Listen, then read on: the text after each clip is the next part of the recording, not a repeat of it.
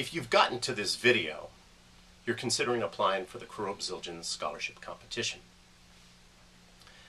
And I urge you to apply. It's a wonderful scholarship created by Kerope Zildjian, and it is a wonderful reward of $5,000 toward your tuition.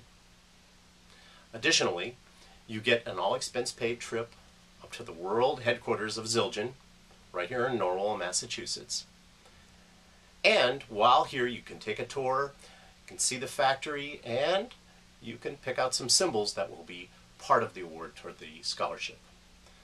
So I'm going to talk a little bit about some of the challenges of the cymbal etude and what you might want to think about as you prepare your application materials for this. First off, when I look at the etude, it's the dynamics.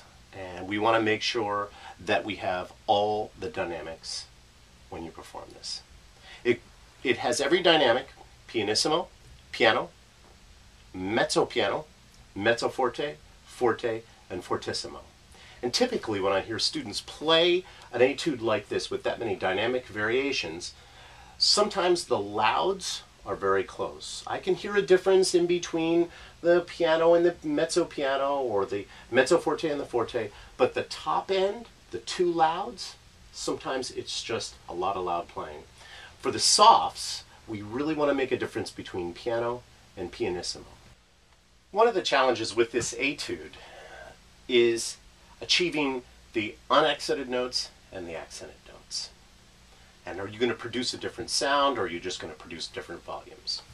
Now, if I was to use the same technique for the unaccented notes and the accented notes, the first measure, slowly, would look and sound like this.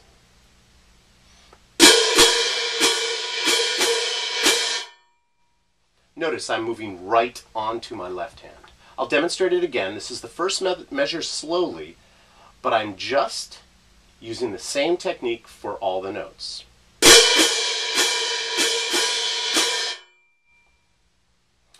Now, a way to achieve clarity in the accents and a difference in sound and in character with the unaccented notes and accented notes is to move the right hand for the unaccented notes and the left hand for the accented notes.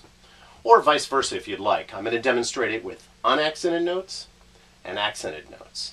Now I'm going to play it very slowly so you can see and hear this.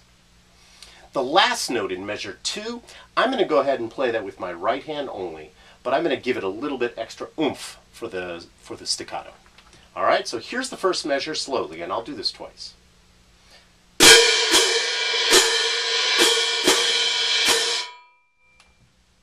I'll do it again. Unaccented notes, accented notes.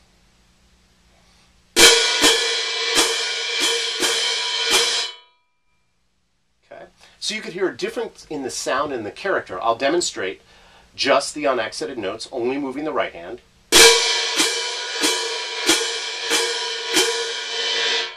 And now I'll demonstrate the accented notes, only moving the left hand. And if you want to practice this, you can actually do paradiddles or take the first page of stick control using right hand and left hand. I'll demonstrate some paradiddles.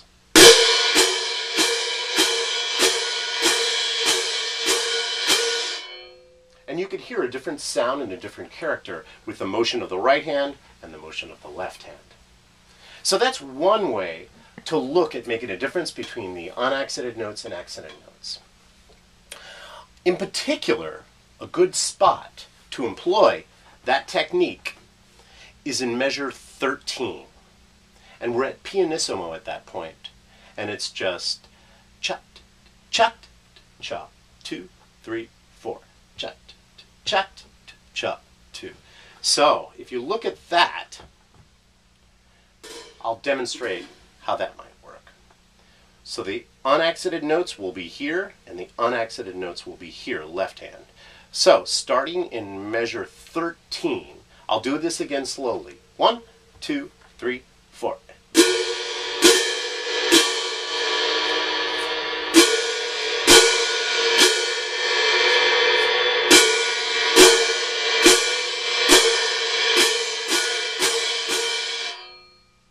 And going on, the same thing. That second to last measure is the same as the beginning. Another challenge with this etude is timing, moving between the 4/4s and the 6/8. In particular, I think there's a danger, and I found myself doing this when I played this etude and I wrote it, is measure 6, 7, 8, 9, and 10. So it sounds like this starting to measure 8. I'm just going to clap it. 1, 2, 3, 4, 5, 6. 1, 2, 3, 4, 5, 6. 1, 2, 3, 4, 5, 6. 1, 2, 3, 4, 5, 6. 1, 2, 3, 4.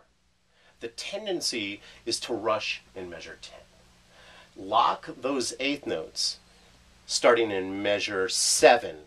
Just really firm up all those eighth notes. So I'll sing it again. Clap it. Starting in measure 6. 1, 2, 3, 4, 5, 6. 1, 2, 3, 4, 5, 6. 1, 2, 3, 4, 5, 6. 1, 2, 3, 4, 5, 6. 1 and 2 and 3 and 4 and 1 and 2 and 3 and 4. So lock the eighth notes in measure 7. So you really firm up in the 4/4 in measure 10. And I should note that clapping it is a great way when you first look at this etude. Clapping it is the best way to start out playing something like this. Just to get a feel for timing, play it with the metronome, and you'll be able to even do dynamics and understand it before you pick up a pair of cymbals.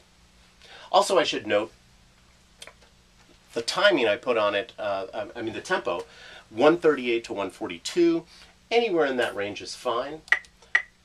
This is 140.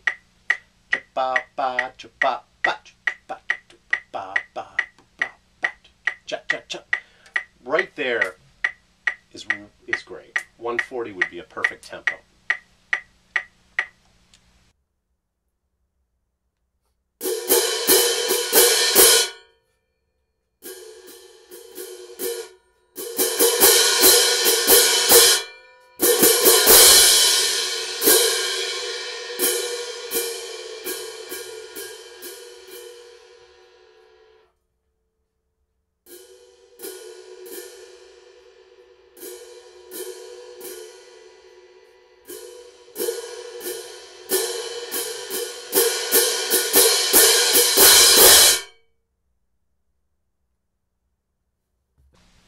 I hope you found these tips helpful as you prepare your application materials, and in particular the Scholarship Cymbal Etude.